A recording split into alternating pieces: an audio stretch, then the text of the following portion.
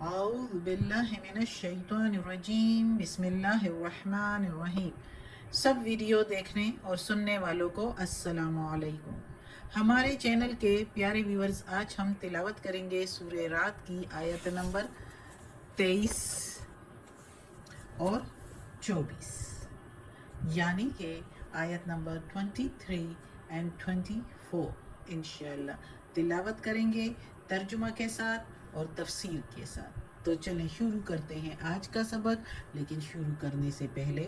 Channel کو subscribe کریں، بیل notification کو آن کریں تاکہ اگلی ویڈیو آپ کو آسانی سے ملتی رہے، اور ہو سکے تو شیئر بھی کریں تاکہ زیادہ سے زیادہ لوگ دیکھیں تو آپ کو بھی زیادہ ثواب ملے اور مجھے بھی۔ تو چلیں اب شروع کرتے ہیں آج کا سبق۔ اعوذ باللہ من الشیطان الرجیم بسم اللہ الرحمن الرحیم۔ جنات باغات، عدنی یدخلونہا، باغات ہے تیار، عدن کے میننگ تیار، یدخلونہا وہ داخل ہوں گے، ہا کے میننگ اس میں، ومن اور جو کوئی، صلح صالح ہوں گے، من آبائہم، من کے میننگ میں سے آبائہم ان کے آبا و اجداد، آبا و اجداد ہم ان کے، وازواجہم اور ان کی بیویاں، وذریاتہم اور ان کی اولاد، وملائکتو اور فرشتے، یدخلون وہ داخل ہوں گے، علیہم اوپر ان کے، علیہم من کل باب اوپر ان کے یا ان کے پاس، میں سے، کلی ہر، باب دروازے، ہر دروازے سے داخل ہوں گے وہ۔ اب اس آیت میں اللہ تعالیٰ کہتا ہے کہ وہ جو عقل والے لوگ ہیں، جو اللہ کے فرما بردار لوگ ہیں، ظاہر ہے جو اللہ کے فرما بردار ہیں وہی عقل والے ہیں، وہی جانتے ہیں کہ اللہ کی فرما برداری کریں گے تو بہتر ہوگا ہمارے ہی لیے، دنیا تو فانی ہے، آخرت ہمیشہ کے لیے ہے۔ تو اس لیے جو آخرت کو پریفر کریں گے، جو آخرت کے لیے تیاری کریں گے، تو وہی اللہ تعالیٰ کہتا ہے کہ وہی لوگ عقل والے ہیں۔ یہ ہم نے پڑھا تھا شروع میں، تو وہ عقل والے لوگوں کی ساری خصوصیات بھی اللہ نے ان آیات میں بتائی، اور پھر اللہ تعالیٰ نے آخر میں اب ان آیات میں بتا رہا ہے کہ وہ عقل والے لوگوں کو لیے، جو فرما بردار اللہ کے بندے ہیں، ان کے لیے کیا کیا انعامات ہے، تو وہ اللہ تعالیٰ بتاتا ہے۔ پچھلی آیت میں بھی ہم نے آخر میں پڑھا کہ ان کے لیے آخرت کا گھر ہے، یعنی عاقبت ان کا اچھا ہے۔ آج کے سبق میں ہم پڑھ رہے ہیں کہ باغات تیار ہیں ان کے لیے، وہ اس میں داخل ہوں گے۔ جنات و باغات عدن تیار ہے، یدخلون وہ عقل والے، وہ فرما بردار لوگ اس میں داخل کیے جائیں گے، اور جو کوئی نیک اور صالح ہوں گے ان کے آبا و اجداد میں سے، یعنی باپ دادوں میں سے، جو ہے وہ نیک ہوں گے اور جنت میں وہ بھی گئے ہوں گے، اور ان کی بیویوں میں سے اور ان کی اولاد میں سے۔ یہ نہیں کہ ان کی وجہ سے حسب و نسب پر کچھ نہیں ہے کہ جنت میں کوئی جائے، ایون پیغمبروں کا بھی نہیں ہے کہ پیغمبر کا بیٹا، جیسے نوح علیہ السلام کا بیٹا، وہ سیلاب میں غرق ہو گیا تھا کیونکہ وہ اللہ کا فرما بردار نہیں تھا۔ اور اسی طرح ابراہیم علیہ السلام کے والد، جو کہ قرآن میں ہم نے پڑھا بھی ہے کئی جگہ، آگے آئے گا، تو وہ جو ہے وہ بھی جنت میں داخل نہیں ہوں گے،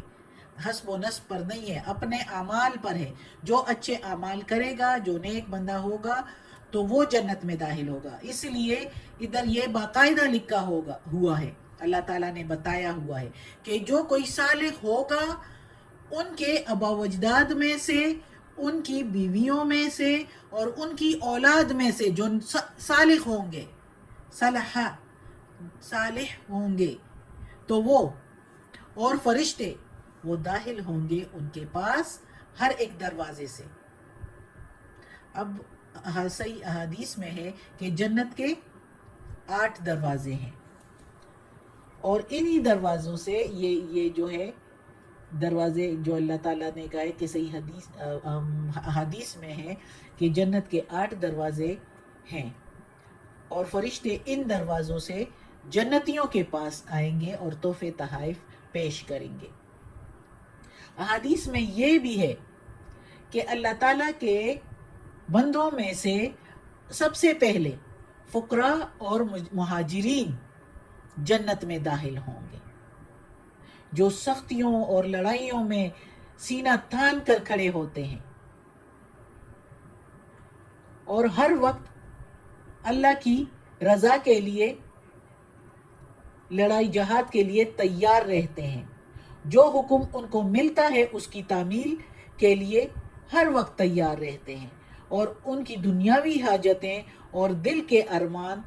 دل ہی میں لے کر وہ یہاں سے رخصت ہو جاتے ہیں۔ یعنی جب شہید ہو جاتے ہیں تو دنیا میں تو ہر انسان کے دنیا میں جب آیا ہے تو ادھر کی یہ حاجتیں اور خواہشیں تو ہوتی ہی ہیں نا، تو وہ ان کے دل میں بھی ہوتی ہیں، لیکن وہ اللہ کی رضا کو سب سے پہلے رکھتے ہیں، اور جب وہ خواہشیں اور ارمانیں دل کی جو ہے دل ہی میں ان کی رہ جاتی ہیں اور شہید ہو جاتے ہیں، تو پھر قیامت والے دن ان کے کیا درجات ہوتے ہیں۔ قیامت والے دن اللہ تعالیٰ فرمائے گا میرے وہ بندے کہاں ہیں، حاضر ہو جو میرے راستے میں لڑے، میرے لیے تکلیفیں اٹھائیں اور جہاد کیا، اب آ جائیں اور جنت میں بغیر کسی خوف اور ڈر کے داخل ہو جائیں۔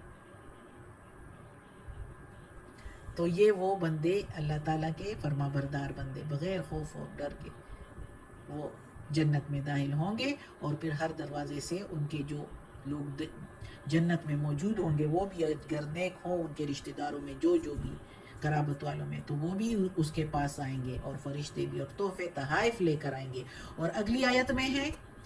وہی انہی کے بارے میں ہے، سلام سلامتی ہو، علیکم اوپر تمہارے، بما بسبب اس کے جو، صبر تم نے صبر کیا، صبر کے میننگ صبر اور تم کے میننگ تم نے کیا، فنعم پس خوب، عقبت دار عاقبت کا گھر ہے، یعنی پس پھر خوب تمہارے لیے آخرت کا گھر ہے، یعنی فرشتے بھی آئیں گے اور ان پر سلام دیں گے۔ روایات میں ہے کہ جب فرشتوں کو حکم ہوگا تو فرشتے جو ہے اللہ کے پاس جائیں گے کہ فرشتوں کو حکم ہوگا کہ جا کے میرے ان بندوں کو سلام کرو، اب یہ جو ہے سلام علیکم فرشتے کریں گے، تو فرشتوں کو اللہ کا حکم ہوگا نا، تو فرشتوں کو جب حکم ہوگا کہ جاؤ میرے ان بندوں کے پاس حاضر ہو جاؤ اور ان پر سلام کرو، تو فرشتے عرض کریں گے، روایات میں ہے کہ اے اللہ ہم تو تیری بہترین مخلوق میں سے ہیں اور تیرے بارگاہ کے قرب کے رہنے والے ہیں، آپ ہم کو حکم دیتے ہیں کہ ہم ان زمینی باشندوں کو حاضر ہو کے سلام کریں، تو اللہ تعالیٰ فرمائے گا ہاں یہ میرے وہ بندے ہیں جنہوں نے میری توحید پر جان دے دی ہے، دنیا کے سب ارمانوں کو سینوں میں لے کر یہ چلے آئے ہیں، میرے راستہ میں انہوں نے جہاد کیا، ہر تکلیف کو خوشی سے برداشت کرتے رہے۔ یہ سن کر جب فرشتے یہ سن لیتے ہیں تو ان کی طرف جاتے ہیں، خدمت میں ان کے حاضر ہوتے ہیں اور کہتے ہیں سلام علیکم بما صبرتم فنعم عقبی الدار۔ اور حدیث میں ہے کہ محمد صلی اللہ علیہ وآلہ وسلم ہر سال کے شروع میں شہداء کے سارے شہیدوں کے قبروں پر تشریف لے کے جاتے تھے اور فرمایا کرتے تھے ان کے قبروں کے پاس جا کر سلام علیکم بما صبرتم فنعم عقبی الدار۔ اور یہی طرز عمل ابو بکر رضی اللہ تعالیٰ عنہ، عمر رضی اللہ تعالیٰ عنہ، حضرت عثمان رضی اللہ تعالیٰ عنہ، سب نے یہی طریقہ اختیار کیا، وہ بھی یہی کرتے رہے کہ ہر سال کے شروع میں شہداء کے قبروں پر جا کے تو یہی کرتے تھے۔ تو یہ ہے جو جہاد میں شہید ہوئے ہوں اللہ کی راہ میں، تو ان کا درجہ بہت بلند ہے، شہداء کا درجہ اللہ تعالیٰ قرآن میں بار بار کہتا ہے۔ تو آج کا سبق ختم ہوتا ہے، اللہ ہمیں توفیق دے کہ ہم یہ قرآن مجید کا ترجمہ مکمل کریں اور اس پر عمل کی توفیق دے۔ یہ جو اللہ تعالیٰ ہمیں بتاتا ہے تو ہمیں عقل لینی چاہیے، اس سے عبرت کہ عقل والے، اب دیکھو اللہ تعالیٰ نے یہ بھی فرما دیا عقل والے لوگ کون سے ہیں، کس طرح کے ہیں، جو کس طرح کی طرز عمل اور طرز زندگی اختیار کرتے ہیں، اور پھر ان کے لیے کیا کیا انعامات ہیں وہ بھی بتا دیا۔ فرشتوں سے سلام کروانا اور فرشتوں سے تحفے تحائف بھیجوانا، یہ اس سے بڑا درجہ اور کیا ہو سکتا ہے؟ اللہ ہمیں توفیق دے کہ ہم اللہ کے سیدھے راستے پر چلیں اور یہ درجے ہمیں بھی ملے، آمین ثم آمین۔ صدق اللہ العظیم۔ یا اللہ، یا پروردگار، یا رب العالمین، یا مالک یوم الدین، یا اللہ کل شیء قدیر، یا اللہ یہ تیرے کلام قرآن مجید کی تلاوت کی ہے ترجمہ اور تفسیر کے ساتھ، یا اللہ اس میں کوئی غلطی ہوئی ہو، زیر زبر پیش میں، تلفظ میں، تو معاف کر دینا، تو معاف کرنے والا مہربان ہے۔ یا اللہ ہمیں عافیت والے معاملات دے، ہماری بیماریاں، تکالیف، پریشانیاں